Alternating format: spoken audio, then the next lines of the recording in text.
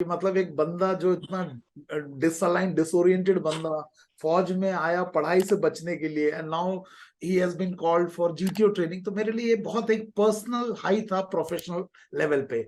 Sometime even when you are correct can actually disturb the group. We are good at academic test, 90% 94 आ जाता, but SSB में वो 225 में से 90 नहीं ला पाते। अगर मैं ये जो बोल रहा हूँ ये सच नहीं होता तो मैं आज तुम्हारे साथ ये इंटरव्यू नहीं दे रहा होता।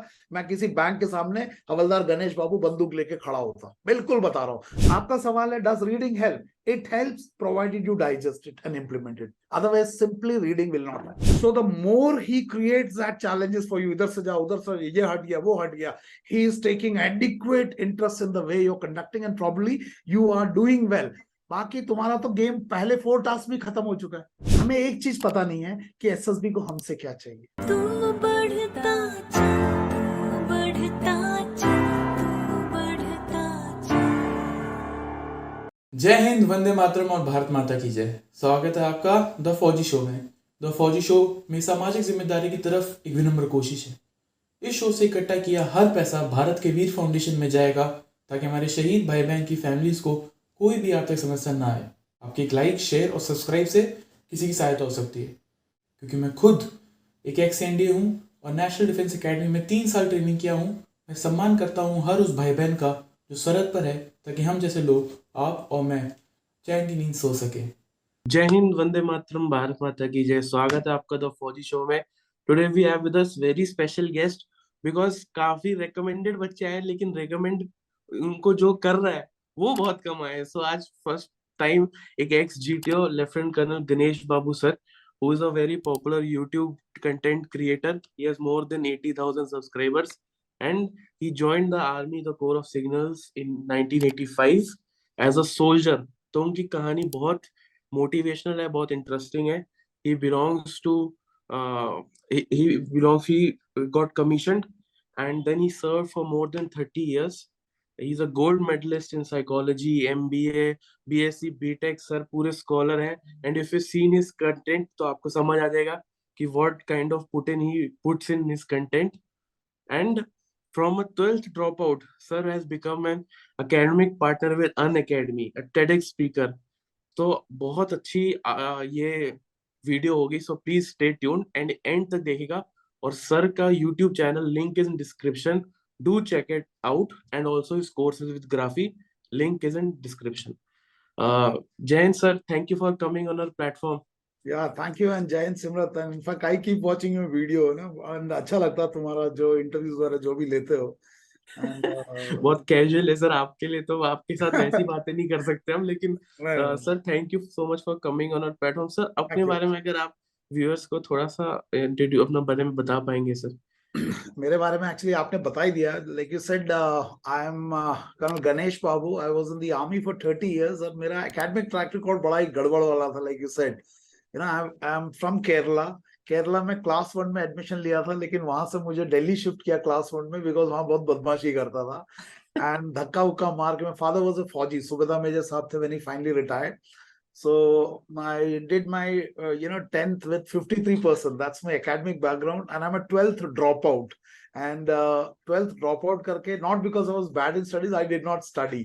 And उसके बाद में I wanted to get away from studies, so I joined the army as a jawan, much against the interest of my parents. They were not wanting me to do that, but I joined because I wanted to get away from the studies.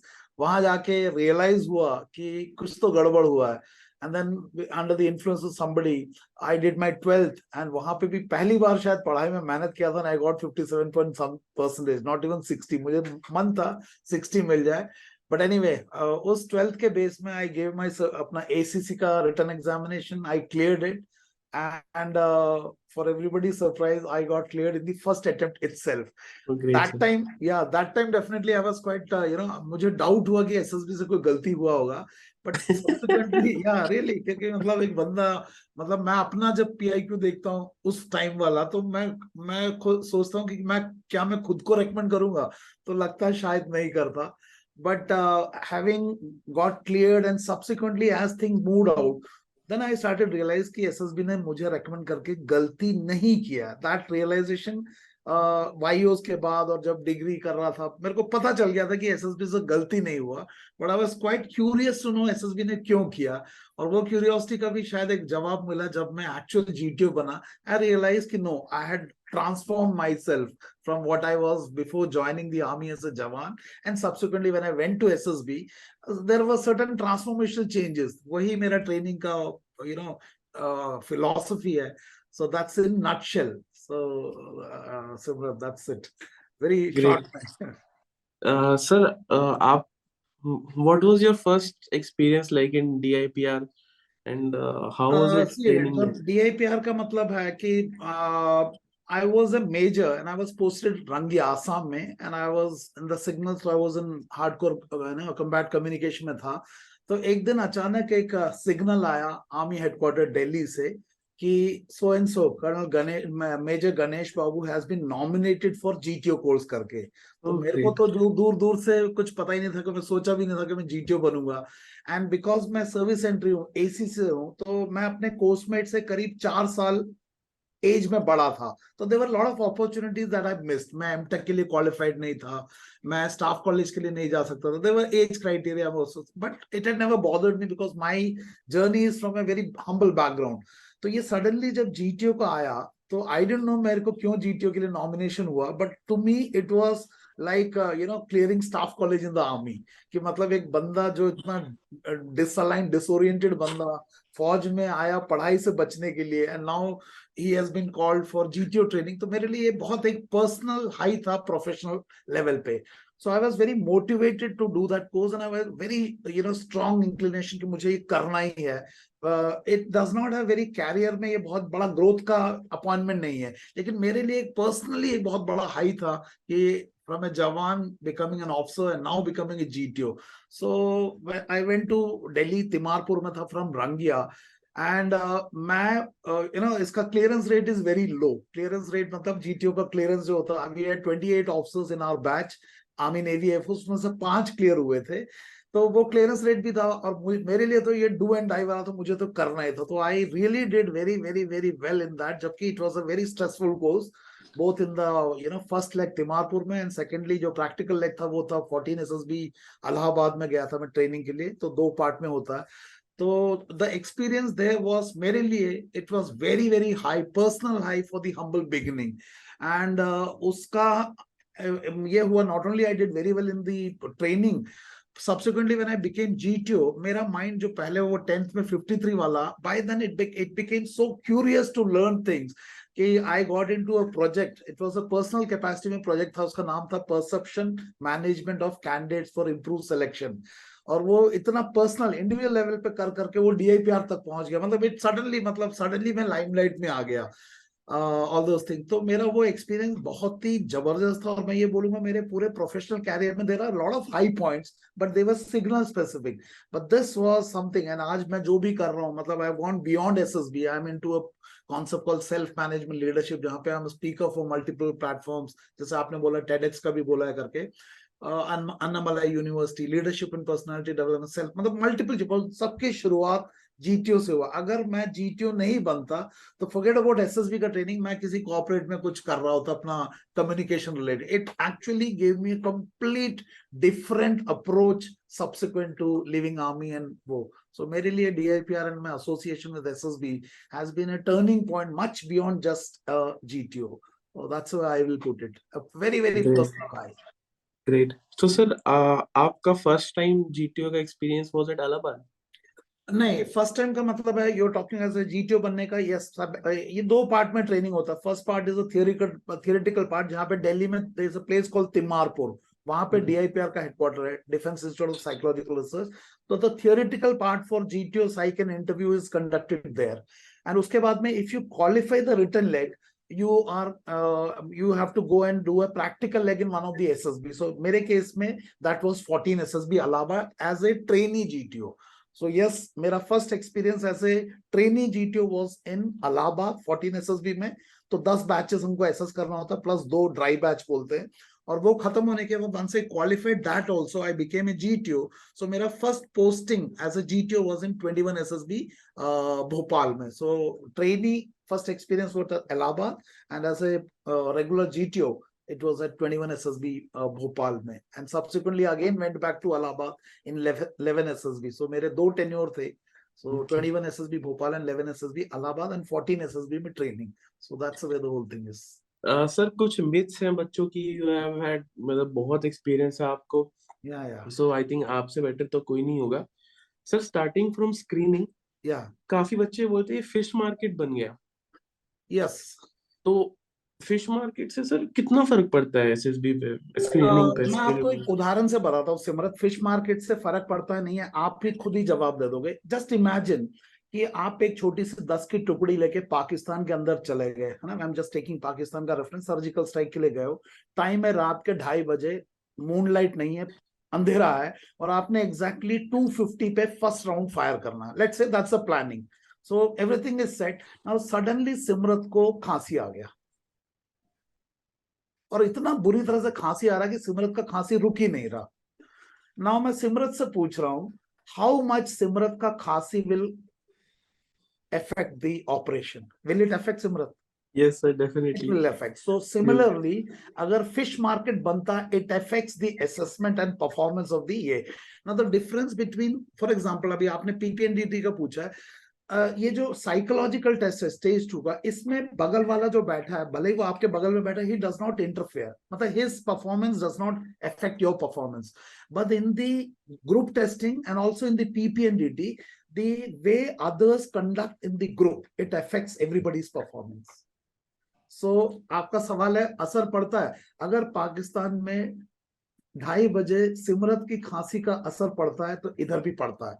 Now ये तो खैर पाकिस्तान का खांसी नहीं है, सो इससे बचने का भी एक तरीका है. सिंस आपने पूछा है कि इसका असर कितना पड़ता है, इसको बचने के लिए आपको पूरे जो स्टेज 1 का स्क्रीनिंग को 4 पार्ट में बांट सकते हैं, 4 पार्ट्स में. द फर्स्ट इज OAR 1 या 2 लाना आपके हाथ में, intelligence verbal and non verbal. ना OAR में अगर आपका 1 आता है या 2 आता है, it does not guarantee you success through the stage 1, but it increases your probability of success many fold. क्योंकि आपको पता है वो जो डिस्कशन के बाद NDY मिलता है, वो तीनों में से कोई एक भी D मिल जाए तो आप रेकमेंड हो जाते हो, और अगर OAR 2 है तो 2. सो OAR 1 लाना आपके हाथ में. एंड SSB का जो OAR का टेस्ट है, इट इज अनलाइक जैसे इंजीनियरिंग एप्टीट्यूड टेस्ट वाले में बहुत डिफिकल्ट होता है, SSB का डिफिकल्ट होता नहीं है. What makes it difficult is time नहीं मिलता, मतलब अंडर टाइम कंस्ट्रेंट करना, तो वो प्रैक्टिस से किया जा सकता है. So the more you practice OAR को, so 1/4 of the screening is how good is your OAR, which is in your hand. Let's come to the second part. The second part is picture story writing. अब यार picture को observe करना, picture को perceive करना, picture के situation को समझना, situation को समझ के उसका what led to the situation निकालना, defining the problem, solving the problem, ये सब आपके हाथ में, बगल वाला तकलीफ नहीं दे रहा. सो पिक्चर का perception, story writing and 1 minute narration भी आपके हाथ में. तो एक अच्छा ऑब्जर्वेशन करना, अच्छा स्टोरी को लिखना और उस डॉक्यूमेंट में अच्छे से लिख के रखना, ये भी आपके हाथ में. Nobody is disturbing you. उसके बाद आ जाओ PPNDT के डिस्कशन स्टेज में. आपको पता है डिस्कशन में भी 2 पार्ट है, तो नेक्स्ट 1/4 इज 1 मिनट नरेशन. अब मुझे पता सिमरत, अगर एक आदमी बोल ही नहीं पा रहा, उसके घुटने बज रहे हैं, साला ऐसा लग रहा है फायर ब्रिगेड की घंटी की तरह हो रहा है, गला सूख रहा है, वो फिर वो क्या करेगा. सो 1 मिनट नरेशन आपका पास है, nobody is disturbing you. So use it to your advantage. आप उसको इतना प्रैक्टिस करो कि आप उसको, वो भी आपके. अब बच गया लास्ट इज डिस्कशन. अब यहाँ पे इनवेरिएबली फिश मार्केट बनता है. यहाँ पे सिमरत खांसेगा और लोगों को गोली लगेगी, लेकिन ये गोली सिर्फ 1/4 में लग रहा है. तो मैं क्या बोल रहा हूँ सिमरत, अगर आप बहुत तेज हो तो आप अपना OAR ले आओ 1, 2. Why even 2? You can actually get 1 अगर आप उसको प्रैक्टिस करो. And you understand how to observe correctly, how to perceive correctly, how to create that cause effect. मतलब स्टोरी को इतना मजबूत कर लो. एनीवे स्टोरी आपको TAT के लिए भी करना है. अब वहां पे साला एक पिक्चर दिखाता है, उसमें भी आप रट्टा मार के जाओगे तो कैसे होगा यार. आपका ऑब्जर्वेशन नहीं है और आपका 1 मिनट भी आपके पास है. आप 3/4 तो पहले ही पकड़ लिया है और बाकी 1/4 राम भरोसे. वहां पे थोड़ा गड़बड़ हो जाता है. वहां पे more than your communication skill, you should also know how to handle conflict and all that. तो वो सब कर पाते हो तो वहां पे भी आप कुछ कर लोगे. वरना अगर आप में अंदर दम है तो फर्स्ट 3/4 में आप निकल सकते हो. तो ये मिथ है या नहीं है मुझे नहीं पता, बट अगर पाकिस्तान में जाके आप खांसोगे गोली तो लगेगी। और उसको ग्रेट। बचने का तो तरीका ये है कि 3/4 को फोकस थ्री करो, फोर्थ या फोकस करो। And last 1/4 definitely you do whatever best you can possible, so yes sir, that because you sir मैंने देखा है, जो आपने भी देखा ही होगा, ऑफ कोर्स मैंने यस देखा तो मैं ऐसे बोल रहा हूँ, लेकिन या आपने भी देखा होगा कि फिश मार्केट वाले ग्रुप में भी लोग स्क्रीन इन होते हैं, मतलब इट्स नॉट होते हैं, बिल्कुल इम्पॉसिबल। होते हैं, बिल्कुल होते हैं, बिल्कुल यस सर। है ना। और फिश मार्केट के टाइम में भी एक्चुअली अगर आप इंटेलिजेंट हो, देखो there is always an awkward pause. Awkward pause में यस, आपको समझते हो, एक ऑकवर्डनेस, गंध यस। मचता है और गंध के एकदम पीक पे चला जाता है, गंध मचाने वाला भी शर्मा जाता है ये क्या कर रहा हूं मैं, and then he creates a pause. If you are intelligent, if you are sharp, you wait and take that opportunity. एक सर बच्चे ने पूछा था कि should we participate in a fish market, अगर सब चिल्ला रहे हैं तो वो चिल्लाने के नंबर है कुछ? सिमरत, चलो इसको मैं दूसरे एग्जांपल से लेता हूँ। लेट्स टेक सिमरत, और सिमरत का 10 का ग्रुप दलदल में फंस गया है, एंड Yes. दलदल में 3 लोग उछल रहे हैं। 3 लोग के उछलने के कारण सारा ग्रुप तेजी से नीचे जा रहा है। अब सिमरत का सवाल है, अब सिमरत उछल रहा, सर मैं भी उछल लो, उछल लो। सो आपको ये समझना पड़ेगा कि fish market by definition it is a very very disorderly condition. So if you want to participate, you should be participating to handle that fish market and get some order. But if you're contributing the fish market, then you have to be careful. आपको समझ में आ रहा क्या बोल रहा हूँ? समझ गया सर, मतलब okay. दलदल में सब कूद रहे हैं, आप भी कूदोगे तो और स्पीड से नीचे जाओगे, बट अगर दलदल में आप कुछ ऐसा कर पाओ कि वो कूदने का प्रोसेस को हैंडल कर पाओ, सो you have to participate, but you are participating in what capacity? Are you contributing the fish market, or are you trying to get some order in the fish market? That you have to see. I don't know whether Okay. have I been नहीं able नहीं to. Sir, मैं समझ गया, So definitely participation I is think it is a everyone situation. Will It is a understand. आपके आपके hostel में 4 लड़के लड़ रहे हैं, तुम बगल में बैठे हो। अब आपका सवाल है, sir should I also participate? In what capacity? रोकने में या रोकने में? So yes, we expect certain degree of conduct from you, but what? In what capacity? So उस condition में you cannot give your ज्ञान. So वहां पे IQ काम नहीं आएगा, but your interpersonal skill. How do you resolve conflict? How do you handle? So yes, there is a role to play, but you should know those skills to play. Yes. Okay, great. And sir कभी कभी ऐसा भी होता है screening के discussion में कि सबकी कहानी, बिकॉज नेचुरली सबका परसेप्शन अलग अलग है, तो कहानी भी काफी लोगों की अलग अलग है। तो Yeah. उस फेज में क्या अपनी कहानी के साथ जाना चाहिए, या हमारा मोटो होना चाहिए कि मैं ग्रुप को एक कॉमन स्टोरी की तरफ लेके जाऊं? देखो यार, पहले तो इसका अगर आपको ब्रीफिंग में देखोगे तो बड़ा क्लियर बोला है, the end of the discussion should come to a common agreed group story. Now the problem is यहाँ पे clash of interest आ जाता है, because सिमरत चाहता कि मेरा स्टोरी का भी हिस्सा कुछ आ जाए, मैं भी चाहता हूँ मेरा भी आ जाए, अगला भी चाहता है। Now there are two ways you can bring elements of your story in the discussion. One is by a logical argument, because you are able to convince कि यार ये है logical है, and मैं कुछ जैसा अभी मैं और आप बात कर रहे हैं, there are points where you may agree with me, you may not agree with me, but there is a method in which you speak to me. So one is I convince you कि यार सिमरत तूने बोला इस लड़की का ये रो रही है, फिर भी तुम बोल रहे मूड पॉजिटिव है, how can a girl be crying and mood positive है? I think it is negative, and Simran says yes, बात तो सही है. So one is by influence, one is by, second is by sheer दादागिरी. Now you tell me Simrat, अगर मेरे और तुम्हारे बीच में एक ओपिनियन का डिफरेंस आ जाएगा, would you like me to force my opinion on you, or would you like me to convince you, or you convince me? Yes sir, second one, influence. So yes, Yes sir. so sticking to one's own story, sometime even when you're correct, can actually disturb the group. आप समझे क्या बोला? मतलब आपका तर्क सही है, but आप जिस तरह से अड़ गए, वो तर्क तो छोड़ो, आपने ग्रुप का स्ट्रक्चर को ही हिला दिया। तो ऐसा काम जिसमें आप सही हो लेकिन ग्रुप टूटे, वो तो मतलब इसका मतलब है you can not be adamant. Flexibility चाहिए, बट फ्लेक्सिबिलिटी चाहिए किस चीज के लिए? फ्लेक्सिबिलिटी लॉजिक के ऊपर। तो अटकना का मतलब है कि आप इनफ्लेक्सिबल में फंस जाओगे, लेकिन आपका लॉजिक सही है लेकिन आप मूर्खों के सामने फंस गए। सपोज सिमरत मुझे कुछ समझा रहा है, सिमरत का लॉजिक सही है लेकिन मेरी कैपेबिलिटी नहीं है सिमरत की बात को समझने की। अब सिमरत अगर मुझसे सिर मारेगा तो मैं तो मूर्ख, सिमरत महामूर्ख बन जाएगा। तो इसका मतलब है there is a term in social circle में, it's called intellectual withdrawal. Intellectual withdrawal का मतलब है सिमरत और मैं किसी बात में उलझ गया और सिमरत को समझ में आ गया कि बाबू सर से बात करके फायदा नहीं, बिकॉज वो अटके हुए, तो Simrat decides to intellectually withdrawal. इसका मतलब ये नहीं कि Simrat has agreed with me, but Simrat has understood कि अब बात इंटरपर्सनल रिलेशनशिप पे आ जाएगा। That sensitivity has to be there, नहीं तो वही आर्गुमेंट जो लॉजिकल है that will become inflexibility and adamance. I don't know, Simrat, have been able to put forward.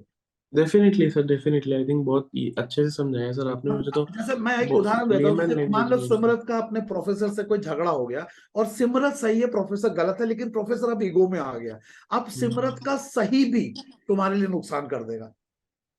So उस time Simrat decides to disengage. This is not because you have convinced with what the professor says. This is because you have realized कि अब मैं आगे बोलूंगा. It has reached an awkward point जहां पे interpersonal that sensitivity, ये sensitivity आपको discussion में भी चाहिए, PPNDT में भी चाहिए, इंटरव्यू में भी चाहिए। कभी कभी इंटरव्यू ऑफिसर आपको जबरदस्ती एक रॉन्ग आर्गुमेंट पे चढ़ा देगा, नोइंग फुली वेल कि सिमरत सही है, बट ही प्रेसेस यू। तो Simrat has to have that intelligence कि भैया अब ये बात मैं बोलूंगा तो ये एक ईगो में आ जाएगा, तो Simrat decides to disengage. This is called intellectual withdrawal. Okay sir, got it. Sir एक चीज और है, बच्चे पूछते हैं कि TAT/PPDT की बात है कि सर हम इमेजिन नहीं कर पा रहे हैं, लैक ऑफ इमेजिनेशन है, because sir as you know school time में भी जो राइटिंग प्रोसेस है उस पर कोई फोकस नहीं था। Creative writing is null in our educational system. So काफी अच्छे कैंडिडेट्स हैं जो मतलब नॉर्मल बात करने में अच्छे हैं, लेकिन they are not able to express themselves. Yes, तो how can they work on this lack of imagination पे? सिमरत मैं ये बोलूंगा, पहले बात तो ये हमारा एजुकेशन सिस्टम का, जैसे तुमने बोला, वो फ्लॉ है। मतलब हमारा एजुकेशन अभी वो न्यू एजुकेशन पॉलिसी में क्या होगा पता नहीं है। इसका बड़ा सिंपल एग्जांपल अपना 3 इडियट, चमत्कार पे चमत्कार। यस सर, है ना। सो 3, what is the definition of machine? So imagination is a creative process, and creative process को हमारे एजुकेशन सिस्टम में कभी किया ही नहीं है। इसका मतलब है हमको हमारे एजुकेशन में या हमारे पेरेंटिंग में क्रिएटिव थिंकिंग या इमेजिनेशन के ऊपर कुछ बच्चे बाय इंट्यूटिवली कर लेते हैं, कुछ बच्चे फॉर्चुनेट कि उनका ऐसा स्कूलिंग मिल जाता है। बल्क में ये नहीं है, बल्क में इट इज 3 इडियट, चमत्कार पे चमत्कार करो, नंबर करो ना। The problem is psychological test are not academic test. We are good at academic test, 90%, 94 आ जाता, बट SSB में वो 225 में से 90 नहीं ला पाते। So definitely तुमने जो बोला वो बहुत बड़ी बात है ना। तो प्रॉब्लम इज एक गड़बड़ हम कोचिंग वाले भी करते हैं, मैं अपने कैटेगरी को बोल रहा हूँ। हम लोगों का काम है कि उस बच्चे को अगर नहीं आता तो वो चीज सिखाना, हम भी नहीं बताते। ऐसा नहीं है इसको करा नहीं सकते, but it comes with its own challenges. Why I'm saying this is, when I show you a picture, I expect you to observe the picture. I expect you to, before you tell me what led to the situation, I expect you to identify the situation. See, if you cannot identify the situation, how can you identify what led to the situation? So if you see this entire process of what led to the situation में मैं आपका किसी घटना को देखकर उसको पीछे जाके एनालाइज करके उसके कॉज को ढूंढने को कर रहा हूँ। दिस रिक्वायर्स योर एबिलिटी, इसको बोलते हैं क्रिटिकल थिंकिंग। ये कोई ऐसा चीज नहीं जिसे डेवलप नहीं किया जा सकता, ये किया जा सकता at this stage also, provided we as trainers want to give you that. But हम क्या करते हैं, हम भी ये बोलते थे यार इमेजिन नहीं कर पाता, कोई बात नहीं, ये 30 कहानियां या 40 कहानियों को याद कर लो, ये पिक्चर आने से इसे भिड़ा लेना।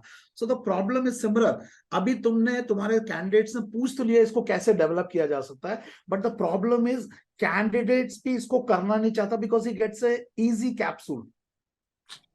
तो किया जा सकता है, प्रोवाइडेड आप अपने रिकमेंडेशन की छटपटाहट को छोड़ दो और फोकस करो इस प्रोसेस को डेवलप करने के लिए। जैसे आई conduct this self management leadership का क्लासेस है, उसके अंदर एक वीडियो ही है पूरा, आपका 2 घंटे का वीडियो है, उसका नाम है SML mind matters, SML mind matters, जहां पे the entire how to think ये बताया जाता है। अभी हमारा जो थिंकिंग है वो ऑटोमेटेड प्रोसेस, ऑटोमेटेड मतलब पिक्चर दिखा और हमने कुछ भी बनाना शुरू कर लिया, जबकि इस प्रोसेस को करेक्शन किया जा सकता है। Whether you will get recommended or not, that's a matter of how much you are able to build up. So ये करंट ट्रेनिंग मॉडल में, कोचिंग के मॉडल में, except for barring few people, मतलब we trainers are not focus, हम ही आपको गोलियां दे रहे हैं। और दूसरी बात है आपको भी तो गोली चाहिए। So your question was how can it can be develop. It can be develop if you divide your entire preparation for SSB into 3 parts, kya 3 parts? The first part is the preparation stage, the second part is the performance stage, and the third part is the outcome stage. Preparation stage, performance stage, outcome stage. आज हमारा bulk बच्चे outcome चाहते हैं. How will the outcome come, recommendation come, if they don't perform? And the performance has to happen in front of the SSB. But that performance will only happen depending upon how are you preparing. So the fault is you're not preparing.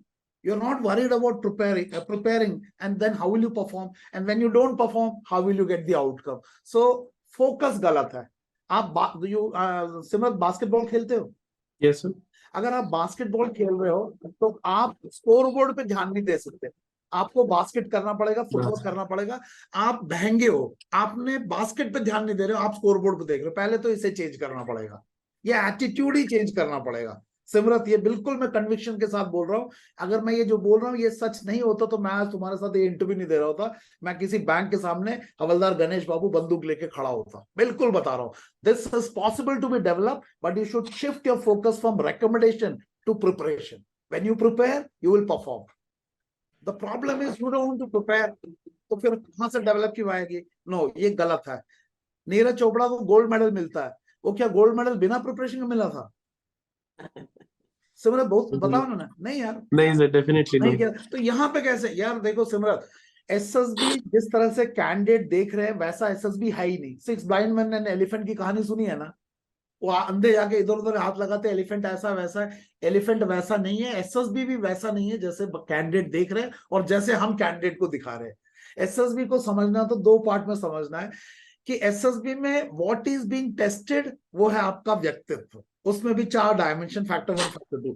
How is it getting tested? Karma वाचा मानसा. हम साला tools में घुस गए, कर्मा वाचा मानसा.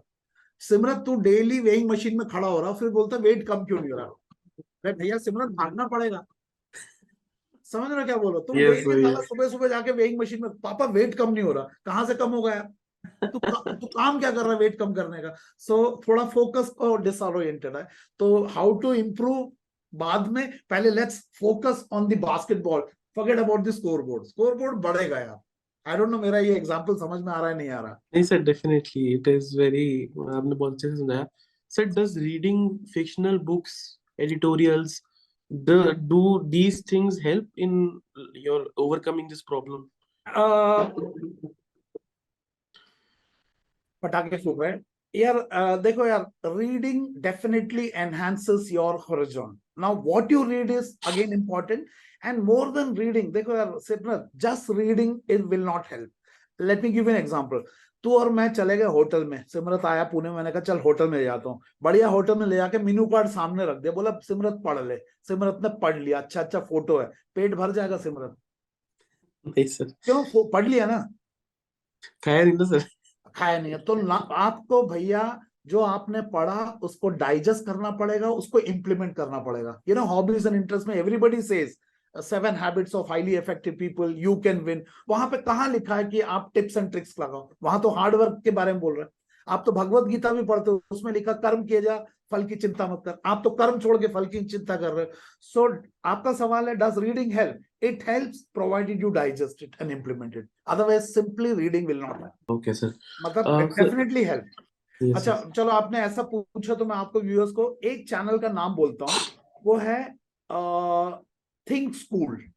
हाँ, गणेश, उनका नाम भी गणेश है. सॉरी, गणेश प्रसाद करके एक लड़का है, 20-25 साल का होगा. Yes sir. उसके वीडियोस को देखना, वो बताएगा how to develop analytical skills. जो आप बात कर रहे हैं ना, उतना हमें नहीं चाहिए एसएसबी में, लेकिन अगर वो एग्जांपल चाहिए तो वो देखना. There are lot of others channel also. मैं उस लड़के का फिदा हूं. Me too sir, me too, big fan. Yes, me too. तो एक कैंपेन भी था. तो वो if you want to develop, देखो यार सिमरत, एक और बात बताता हूँ. अगर आप ये सोच रहे हो कि क्योंकि आप एसएसबी में जा रहे हो इसलिए आपको you know critical thinking, analytical skill करना, तो आप बहुत शॉर्ट साइटेड विजन से कर रहे हो.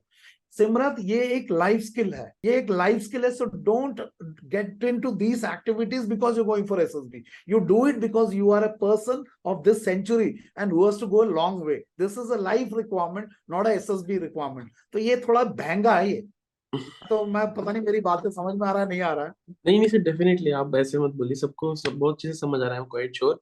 एंड या सर इसमें सर एक चीज और है कि जब कैंडिडेट का पर्सनैलिटी, लाइक आई फील, मुझे इतना नॉलेज नहीं है आपकी तरह, लेकिन it it will be very dynamic in nature, कि आज यस मैं कुछ और सोच रहा हूँ, बट जब मैं एकेडमी से वापस आया हूँ तो I am a completely changed guy. मैं यस जैसे यस पहले गाली नहीं देता था, चोरी यस चकारी कभी यस की नहीं, यस झूठ कभी नहीं बोला, या और सारे गलत काम सीखे एकेडमी जाकर, अच्छे काम भी सीखे, लेकिन या हाँ मेरा पर्सनैलिटी काफी चेंज हुआ टुवर्ड्स यस थिंग्स। यस। तो sir how does SSB ensure कि ये बंदा आगे जाके होपफुली ठीक काम करेगा?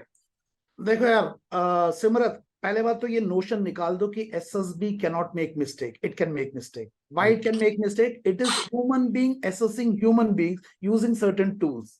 वो बात अलग है, हम अपने आप को बोलते हैं हम खुदा नहीं है। और ऐसा भी नहीं है कि हमारे अंदर फ्लॉज नहीं है, देयर आर फ्लॉज यार। एसएसबी, पहली बात तो आप एसएसबी के अगर आपका रिकमेंडेशन का जो परसेंटेज रिक्वायरमेंट उसी में पता चल जाएगा। देखो यार, आपको 225 में से 90 मिल जाए तो आपको क्लियर कर रहे हैं, विच इज सिंपली 40%। इसका मतलब है ना एसएसबी में जो असेसमेंट कर रहे हैं, ना जो एसएसबी में असेसमेंट करवाने वाले कैंडिडेट आ रहे हैं, दूध का धुला है। पहला तो ये है। सो ये निकाल दो कि can SSB assure? No, SSB cannot assure, but SSB can decrease the probability of such incidents. Okay. और उसके लिए क्या है? उसके लिए आपको देखो 3 लोग 5 दिन असेस कर रहे हैं, 3 3 टेक्निक से। ये सब क्या? वही same candidate, same 15 OLQ, but different tools. ये सब करके क्या है, एक कॉम्प्लेक्स मैकेनिज्म कर दिया कि उससे को प्रोबेबिलिटी ऑफ एरर को माइनस कर सकते हैं, but no system is efficiency 1। Yes sir, definitely. दूसरा, कुछ कोर क्वालिटीज ऐसे होते हैं, कुछ इतने फंडामेंटल, इंटीग्रिटी, ऑनेस्टी, लॉयल्टी, ये सब चीजें इतने नॉन टैंजिबल है कि इसको एसएसबी के टूल्स में एसेस करना मुश्किल है। नेक्स्ट, आप एक बार सेलेक्ट हो जाते हो, आपको एक बहुत सख्त ट्रेनिंग के थ्रू जाना पड़ता है। ऊपर से आपके ऊपर आर्मी एक्ट लगा देते हैं। You remove the army act, navy act and the airforce act from our faujis, then you will see कि we fauji will also become something else. इसका मतलब है सिस्टम इतना तगड़ा है कि एक बार एसएसबी ने बाय एंड लार्ज छटनी करके निकाल के दे दिया। It it cannot be said कि देयर इज फुल प्रूफ। उसके बाद आपको इतना सख्त ट्रेनिंग में कर दिया कि साला सोते हुए भी पीछे मुड़ बोलेगा तो सिमरत पलट जाएगा, बिल्कुल है बिल्कुल ना? सर, And ऊपर से रूथलेस आर्मी एक्ट। अब कर तू गलत, तो इसका मतलब क्या है? इट इज नॉट कि गणेश बाबू एकदम दूध का धुला। यस, गणेश बाबू को एक अच्छा सिलेक्शन प्रोसेस से निकाला है। उसके बाद गणेश बाबू को इतना भयंकर ट्रेनिंग दे दिया कि अभी साला चोरी करने से पहले डर लगता है, क्योंकि सख्त सिस्टम में हो, और ऊपर से चोरी कर दिया और पकड़ा गया तो ऐसा सिस्टम में मेरे को उल्टा लटका के भून देगा।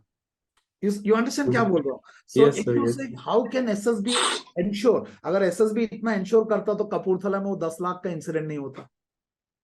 But what you have to understand Simrat, कि let's compare army and police, with due respect to police. Police में क्या हो गया, इमेज आज एक काला चादर हो गया, उसमें एक ईमानदार ऑफिसर आ जाए तो वो न्यूज बन जाता है। लेकिन आर्मी का एक इमेज सफेद चादर है, उसमें काला धब्बा आ जाए वो हाईलाइट हो जाता है। So if you say, is SSB able to do it? Yes, to quite a degree it's able to do it. क्या SSB foolproof है? No, SSB is not foolproof. But how does it work? It works because SSB के आगे training है और उसके आगे army navy air force का structure है। अब कर लो, और उसके बाद भी अगर तुम उस्ताद हो तो फिर कपूरथला कर लो, करस्पेंड कर लो। इसका मतलब है आपके कीड़े साले आर्मी के मतलब सिस्टम से ज्यादा तगड़े है, तो फिर कोर्ट मार्शल भी हो जाएगा, don't worry. So there yes are sir. systems to place. I don't know whether I've been able to put it correctly. नहीं सर, So डेफिनेटली SSB बहुत is सही not बोला। foolproof है। SSB से गलतियां हो सकती है, यस सर, उसको मिनिमाइज करने के तरीके अलग हैं। So yes sir. yeah, sir अभी जीटीओ वाले उस पे आते हैं, बिकॉज आपका मतलब आप तो तीनों के लिए गाइड कर रहे हो। yeah, you can check out sir's Coursegraphy पे जो है, yeah. Link is in description, and do subscribe to YouTube channel as well. But sir आप जैसे जीटीओ में आपको काफी एक्सपीरियंस है जीटीओ वाली फील्ड में, कि आप खुद जीटीओ रहे हैं, तो सर काफी कैंडिडेट्स बोलते हैं कि जैसे वो कोचिंग नहीं अफोर्ड कर सकते या ऑनलाइन स्पेस में, तो Yeah, उन्होंने वो ऑब्स्टेकल्स ही वो पहली बार देखे हैं, yes, जो रस्सी फट्टा बल्ली वाले हैं। yeah, सो उनकी तैयारी वो घर से कैसे कर सकते हैं वैसे ऑब्स्टेकल्स की? yeah. देखो यार, अगर आप पूरे जीटीओ को देखोगे ना तो उसको पहले तो ब्रॉड में 9 टास्क होते हैं। उसमें कुछ टास्क को आपको ग्रुप में करने होते हैं, कुछ को आपको इंडिविजुअल करना है, कुछ में फिजिकल है जैसे इंडिविजुअल ऑब्स्टिकल, ग्रुप ऑब्स्टिकल है, और फिर उसमें कुछ में आपको करंट अफेयर्स का नॉलेज चाहिए जैसे लेक्चरेट है या जीडी है, और जीपी में आपको थियोरेटिकल प्रॉब्लम सॉल्विंग चाहिए। 4 टास्क है जहां पे आपको थोड़ा सा एक स्ट्रक्चरों के साथ, वो जो फट्टा बल्ली वाला टास्क है, कौन कौन से पीजीटी है जिसमें कि खुद ही 4 टास्क, 4 ऑब्स्टिकल होते हैं, उसके बाद आता है एचजीटी, उसके बाद आता है कमांड टास्क, उसके बाद आता है FGT. Final group task. अब Yes. ये जो टास्क है, these are called practical problem solving skill देखा जाता है, आउटडोर टास्क बोले जाते हैं, क्योंकि इसको प्रैक्टिकल ग्राउंड में खड़ा होकर आपको फट्टा बल्ली कुछ भी करना होता है। नाउ इसका आपका सवाल है कि ये इसको बच्चे घर में बैठ के कैसे प्रैक्टिस किया जा सकता है। Does coaching help? Yes, definitely coaching help, because उसमें आपको वो चीजों को वहां पे मिल जाता, तो वो करने में एक आइडिया मिल जाता क्या है करके। अगर आप एक बार कॉन्फ्रेंस आउट हो जाते हो तब भी आपको हेल्प मिल जाता, because you have already gone through it, already Yes. Gone through the entire process, आपको एक आइडिया मिल जाता है। नाउ इसको मैं एक बहुत इजी तरीके से बताता हूँ टू अंडरस्टैंड कि क्या है। और मैं इनफैक्ट मैं अपना एक बड़ा कोर कॉन्सेप्ट है, मैं उसको ज्यादा उसके बारे में बोलता नहीं हूँ। Now since you asked here in this interaction, so I will just tell you. ये जो मैं 4 टास्क के बारे में बोल रहा हूँ, PGT, HGT, command task and final group task, 4 task है ना। इन चारों टास्क में एक स्टार्ट लाइन है, फिनिश लाइन है, कभी कभी कमांड टास्क में सर्कल भी हो सकता है ना, स्ट्रक्चर लगे होते हैं और आपको क्रॉस करना है। इसको मैं अपने यहाँ पे जिस मॉडल के ऊपर, कॉन्सेप्ट के ऊपर बात करता हूँ, उसमें मैं बिना ग्राउंड के करता हूँ, सो पावरफुल। मैं अभी यहाँ पे बता दूंगा तो पता चला मेरा साला यूएसपी बाहर निकल जाएगा, I don't mind doing that. देखो, for example, just to understand, let's say मेरे को ए से बी तक जाना है, ए से बी तक जाना है, and if I have a helping material जिसकी लंबाई ए से बी तक पहुंच रही है, इसका मतलब मैं डायरेक्टली रख सकता हूँ। This is called direct bridging. इसकी कोई ट्रेनिंग की जरूरत नहीं है, जिसके पास भी फट्टा बल्ली है रख देगा। द प्रॉब्लम कम्स व्हेन ए और बी का डिस्टेंस बढ़ जाता है। फॉर एग्जाम्पल, मान लो ये डिस्टेंस हो गया 8 फीट और आपके फट्टा है 7 फीट का। The problem starts here. यहाँ पे direct bridging is not possible, so यहाँ पे शुरू हो जाता है indirect bridging. Now when you say indirect bridging, what is happening is कि आपको यहाँ जाना है लेकिन यहाँ तक फट्टा पहुंच नहीं रहा, तो एक 4 फीट का रूल है कि आप 4 फीट तक भी पहुंचा, जंप मार सकते हो। तो चलो जंप भी छोड़ दो, अब सवाल है 4 फीट पे मैं खड़ा कैसे होऊंगा। तो आपको ब्रिजिंग करना पड़ता है, जहां पे 4 फीट वाला वो फ्रंट पॉइंट हवा में होगा। अब सवाल आता, साला मैं ये हवा में रहूंगा, ये तो नीचे गिर जाएगा मेरे वजन से, तो ये नीचे नहीं गिरना चाहिए। अब all you have to understand is, अगर ये नीचे नहीं गिरना चाहिए तो you have to understand, let's take an example, let's take seesaw होता है ना, सीसॉ। सीसॉ में क्या होता है, बीच में एक होता है, एक बच्चा इधर बैठता है, ऐसे ऐसे होता रहता है। तो हम ये जो सीसॉ के बीच का सपोर्ट है, इसको थोड़ा और पीछे कर लिया। सो यहाँ पे आप खड़े हो सबसे आगे, उसके बीच में सीसॉ का वो फल्क्रम है जहां पे ऐसे ऐसे करता है, और पीछे का पोर्शन ना, इमेजिन जब आप यहाँ खड़े होंगे, ये क्या होगा, नीचे जाएगा जहां पे आप खड़े हो, और पीछे क्या होगा, वो ऊपर जाएगा। पूरा गेम है कि ये जो आगे का फोर्स जो आपका प्लैंक को नीचे भेज रहा है, उसको बीच में एक सपोर्ट चाहिए जो उसे जमीन में ना जाने दे, और पीछे एक सपोर्ट चाहिए जो उसे ऊपर ना जाने दे। Let's call it indirect bridge. अब इसको आप कोचिंग में सब कैंटिलीवर सब बोलते हैं, yes it is a cantilever, कोई डाउट ही नहीं है। एंड इफ अभी मैं अपना पूरा ट्रेड सीक्रेट ही बता रहा हूँ, but I will tell you, let me see अगर मैं कुछ कर सकता हूँ तो। लेट्स से ये पेन है, सो यहाँ पे मेरे को इधर खड़ा होना है, तो मैं, ये हो गया नीचे, और ये मैंने इसको पीछे से रोक दिया और मैं आगे खड़ा हो सकता हूँ। देखो इधर आगे खड़ा हो सकता हूँ। Now what you have to understand is whether ये पीजीटी है, एचजीटी है, कमांड टास्क है, या कुछ भी हो, करना यही है। अगर फट्टा इधर से उधर तक नहीं पहुंच रहा, you have to make indirect bridge. पूरा खेल है एसएसबी का, how do you create this बीच का support and how do you create that पीछे वाला सपोर्ट। आपको समझ में आ रहा क्या बोल रहा हूँ? Yes, sir. Yes, sir. अगर आप बेसिक समझ जाते हो तो इसको अपग्रेड करके कॉम्प्लेक्स में जा सकते हो। एंड ये जो अभी मैंने बताया, ये बहुत ही एलिमेंट्री है कि भैया यहाँ पे एक होगा, यहाँ पे एक होगा, फट्टे को इसके ऊपर और इसके नीचे रख दो और आगे खड़े हो जाओ। This is very good at a very simple stage. But SSB में जो स्ट्रक्चर्स होंगे, as the complexity improves, it becomes very difficult how to create that support in the middle and how to create the support in the back. And the purpose of the middle support and the rear support is very clear.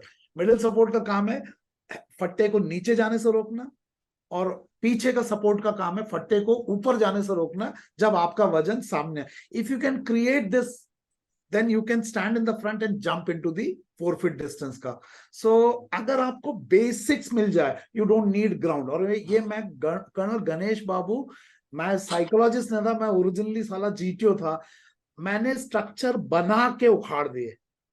Simrat आना कभी पुणे में तो structure बना के इसलिए उखाड़ा कि structure ground में होने से एक दिखता है कि यार वो एक फीलिंग आता है, but more than the feeling of structure on the ground, it is how do you imagine these balances forces in your mind. So I do a concept called structure analysis, और उसमें exactly यही किया था। Complex structures में बिना structure को touch किए simply visually imagine कैसे करना है। ये तो वो एक कोर, जैसे अगर आपको व्हील का प्रिंसिपल मिल गया तो व्हील से आप घड़ी भी बन सकते हो, बैलगाड़ी भी बना सकते हो और रॉकेट भी बना सकते हो। प्रिंसिपल पे काम करो, और बेसिक प्रिंसिपल इज, ये पहुंच नहीं रहा, मुझे 4 फीट का गैप को ये ब्रिज बनाना है, मैं यहां खड़ा हूं तो ये नीचे जाएगा, ये ऊपर जाएगा। How do I create that stop and that पीछे, जिसको कि कोचिंग में cantilever, but it's not so easy in complex cases becomes वो। बट बेसिक्स अगर क्लियर हो गया, बेसिक्स, तो उसको फिर आगे बिल्ड करना आसान है। सो इन ए वे कोचिंग में जाने से वो मदद मिलता है, but it can be done without actual ground provided. मतलब आई डोंट नो मैं कितना बोल पाया। Got it sir, I think बहुत से समझा आपने। सर एक चीज और, एक कैंडिडेट्स बोलते हैं कि वो जो कलर रूल है या वो अगर जैसे किसी से गलती से टूट जाता है या तो क्या दैट आल्सो इफेक्ट्स, कि ऐसा भी कुछ बोलते हैं कि सिमरत इसको समझने के लिए मैं 2 टर्म बोलता हूँ, एक है एरर ऑफ इंटेंट, एक है एरर ऑफ जजमेंट, तीसरा है रिपीटेटिव मिस्टेक। मुझे बताओ, एरर ऑफ इंटेंट और एरर ऑफ जजमेंट में किसको माफ करना आसान है? तो जजमेंट वाले में। एरर ऑफ जजमेंट में। For Yes, sir. एग्जाम्पल यहाँ पे ये मेरे पास एक ग्लास पड़ा हुआ है, मैं बात करते करते गलती से हाथ लग गया और गिर गया, गिराया नहीं। सेकंड इज, सिमरत मेरे से बात कर रहा था, तेरे को मेरे से खुंदा गया, तूने साला मौका देख के गिरा दिया हाथ से मार के। सो सिमरत ने जो गिराया वो है एरर ऑफ इंटेंट, और दूसरा है एरर ऑफ जजमेंट।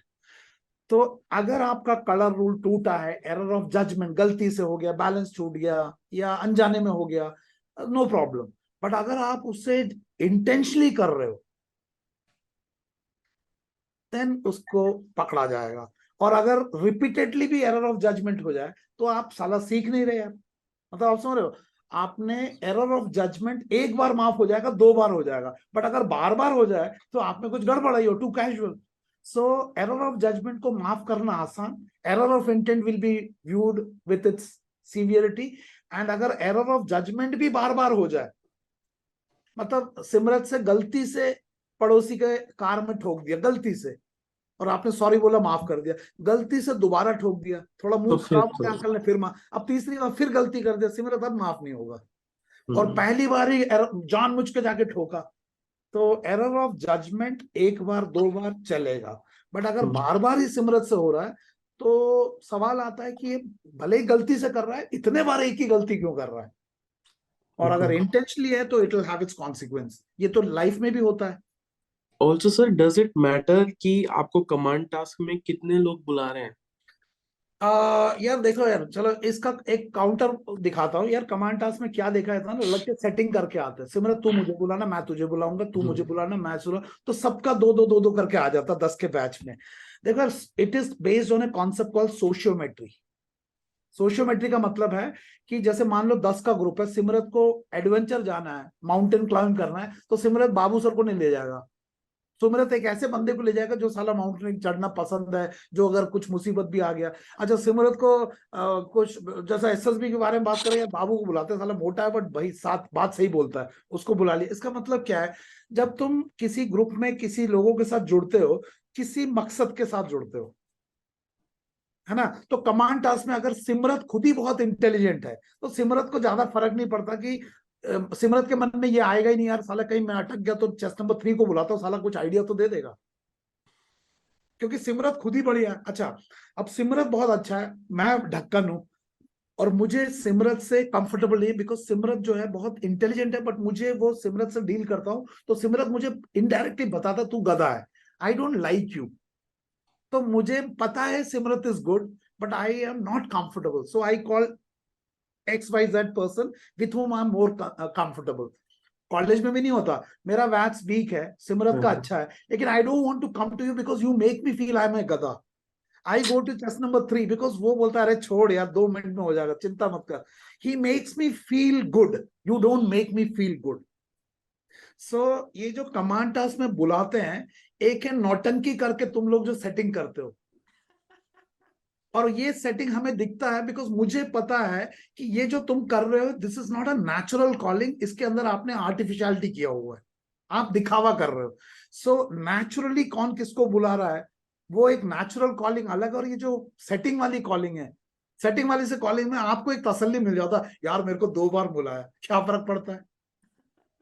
तो सेटिंग करके जो होता है वो सोशियोमेट्री में आता है, और हमें समझ में आता है कि ये सब साला सेटिंग है। एक ऐसा बंदा जिसको एक्चुअली किसी ने नहीं बुलाया, वो भी 2 बार बुलाया हुआ, क्योंकि सेटिंग है ना, सेटिंग है। सेटिंग है। आप ग्रेट। समझ लो। सो हाँ सर। ये जो सेटिंग देखो यार सिमरत, ये सवाल ही इसलिए आ रहा है क्योंकि आपके दिमाग में सेटिंग चल रही है।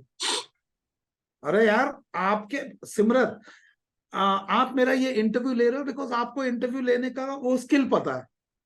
आपकी जगह कोई ऐसा ही कोई लड़का बोला, मैं बोला पागल मैं थोड़ी ना आऊंगा, सर सेटिंग करेंगे ना। तो पूरा एसएसबी सेटिंग पे चला रहे हो और आपको लगता है 2 बार बुला लिया setting. No, it is observe कौन किसको बुला रहा है। वी ऑल्सो ऑब्जर्व अगर ये बुला रहा हो तो किस रीजन से बुला रहा है। तो सेटिंग सेटिंग हम उसको मार्क करते हैं कौन कैसे आ रहा है, तो उसमें दिखता है ये क्या हो रहा है। तो उसको हम we have the liberty to take that information seriously into our interpretation, और we can disregard it also. अच्छा सिमरत, फॉर एग्जाम्पल मैं बेवकूफ हूं, मेरा मतलब बिल्कुल ही गड्ढा हूं, और मैंने अपने पार्टनर को भी गधे बुला लिया। अब ये क्या गधापन इकट्ठा किया हुआ है, आप समझ रहे हो क्या बोलो। So it has not a, कौन किसके साथ एसोसिएट करता है, it is based on certain mutual interest. उसके अलावा सेटिंग है वो अलग दिखना शुरू हो जाता है। Sir let's say command task में मैं कमांडर हूँ, तो हम्म, मैं attitude should be commander like, कि मतलब मैं उनको बोलूं कि यार तू कर ऐसे कर ऐसे, यू ओके जस्ट इंस्ट्रक्टिंग, या तुम you get on the ground, you get your hands dirty और उनके साथ मिलके करो and okay. Treat them like your batchmates only.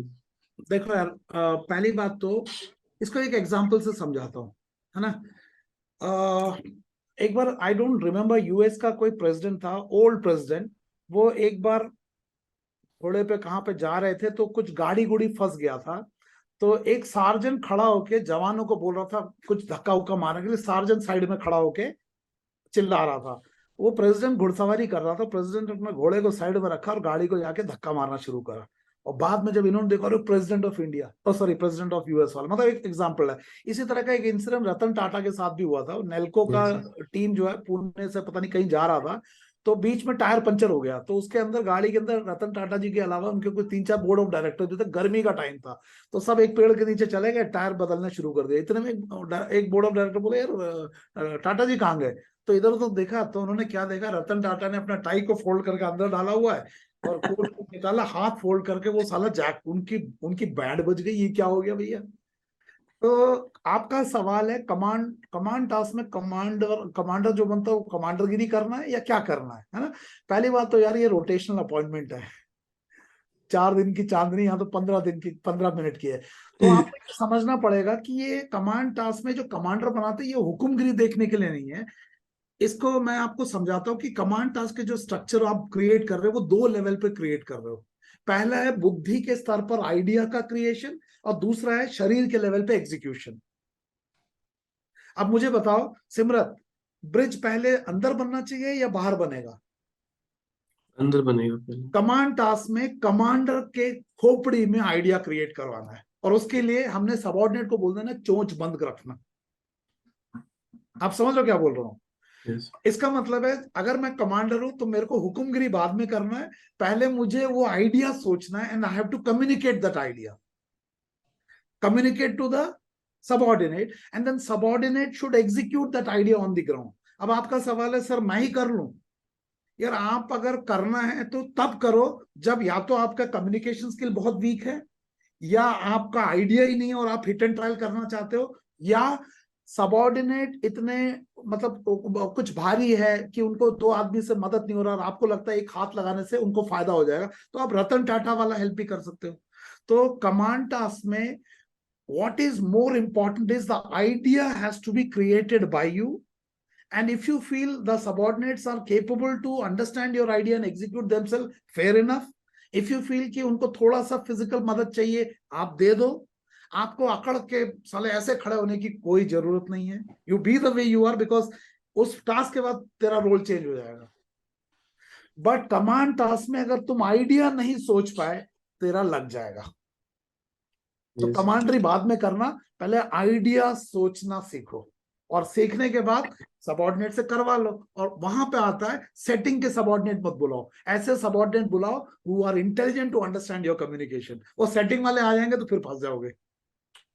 True, फिर sir. कभी कभी कमांडर जीटीओ बोल देता है कि जैसे बोलता है सर्कल वाले, why commander why not going inside, डर लगता बॉम्ब से.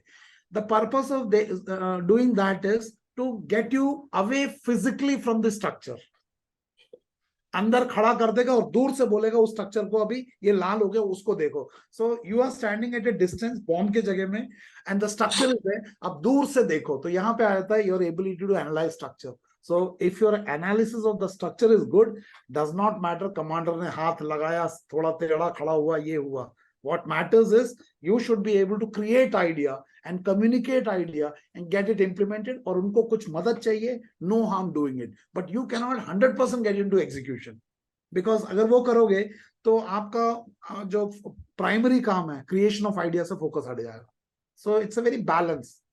Yes, sir. अकड़ने की Sir, जरूरत नहीं है, हाँ. चिल्लाने की जरूरत नहीं है. Okay, got it, sir. Sir, moving on to conference. Conference में एक बड़ा स्टैंडर्ड सा डाउट है कि अगर तो आपको तुरंत बुला लिया तो इधर यू आर रिकमेंडेड और यू आर नॉट रिकमेंडेड. लेकिन अगर आपका डिस्कशन चला लंबा तो you are like some issues there and they are discussing, you are borderline type हो. So is this true? Is there some merit in this?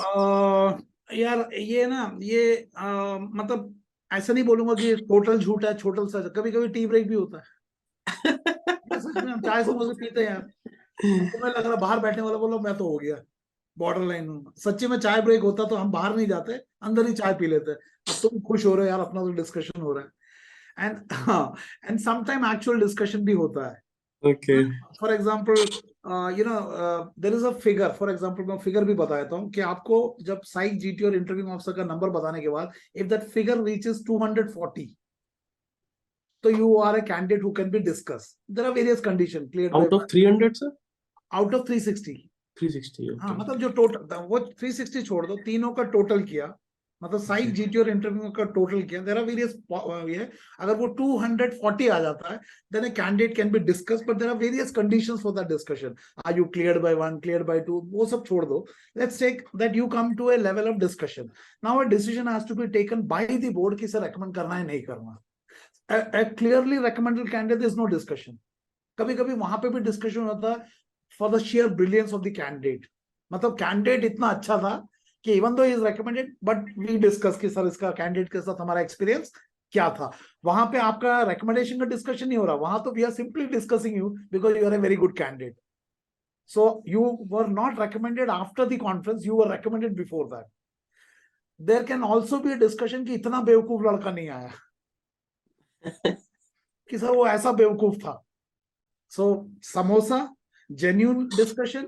Third is हम मजा ले रहे एक्सट्रीम के.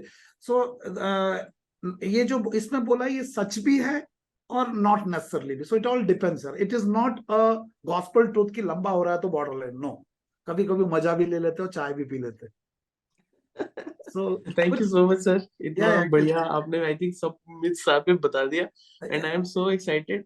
अगर ये 1 घंटे का मैं कैप नहीं लगाता था अपने वीडियोस पे तो मैं आपका 1 घंटा और आपसे बातें तो करता. इतना दोबारा मजा है मेरे को. लेकिन जस्ट दैट कि आई नो कि 1 घंटे से ज्यादा ऑडियंस देखती नहीं है. So but we will sir definitely जब मेरा चैनल थोड़ा और ग्रो हो जाएगा तो we will make one more video sir. And thank you so much sir. एक जो हम क्वेश्चन में हर बंदे से पूछता हूँ जो भी आता है कि what is your message to the candidate out there.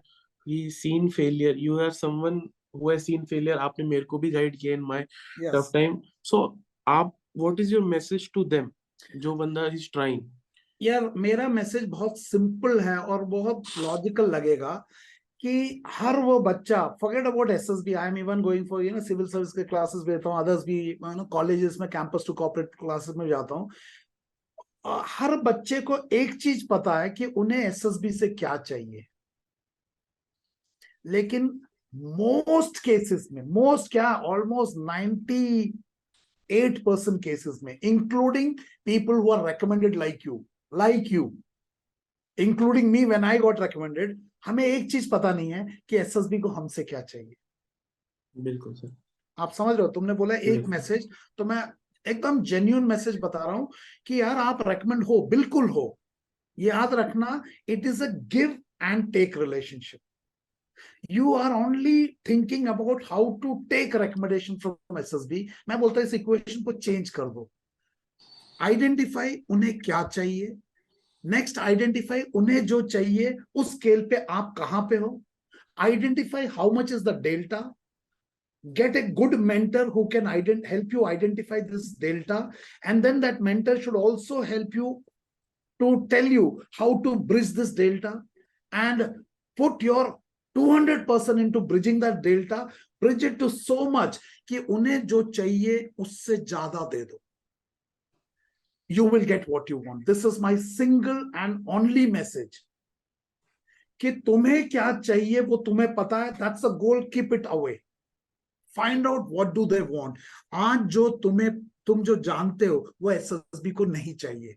मैं ये बोलूंगा कि अगर कैंडिडेट अपने प्रिपरेशन के एफर्ट्स को एसएसबी के रिक्वायरमेंट एंड अल्टीमेट ऑर्गेनाइजेशन के रिक्वायरमेंट के साथ अलाइन कर दे और कोचिंग वाले इस काम में कर दे, तो कोचिंग का भी फायदा है, कैंडिडेट का भी फायदा है, एसएसबी का फायदा है और देश का भी फायदा है. द प्रॉब्लम इज हम कोचिंग वाले जो है, हम लोग फौजी थे, अनफॉर्चुनेटली आज हमें लक्ष्मी पसंद आता है और हम आपको वो नहीं दे रहे जो एसएसबी आप में देख रहा है, हम आपको वो दे रहे जो आप देख रहे हो, शॉर्टकट.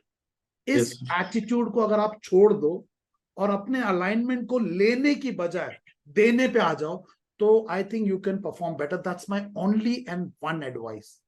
खत्म. Thank you so much, sir. Thank you so much. And guys, I would request you, if you're watching, please subscribe करो sir के channel पे. I have tagged him. Also, link is in description. Also, do check out his courses in partnership with Graphy. Sir की website is also in description. And also, like, share, subscribe, and share it amongst your friends. I think sir ने जितनी clarity के साथ बताया उतना आपको कोई नहीं बता पाएगा. So all the best and take care. Thank you, sir. Thank you so बहुत much. मजा आया तुमसे बात करेंगे. In fact this is the first interview जहाँ पे थोड़ा सा मैं खुद हल्का था, maybe because you as a host were quite comfortable to me. Thank you, sir. Thank you so much. Means a lot. Thank you. God bless you. Thank you.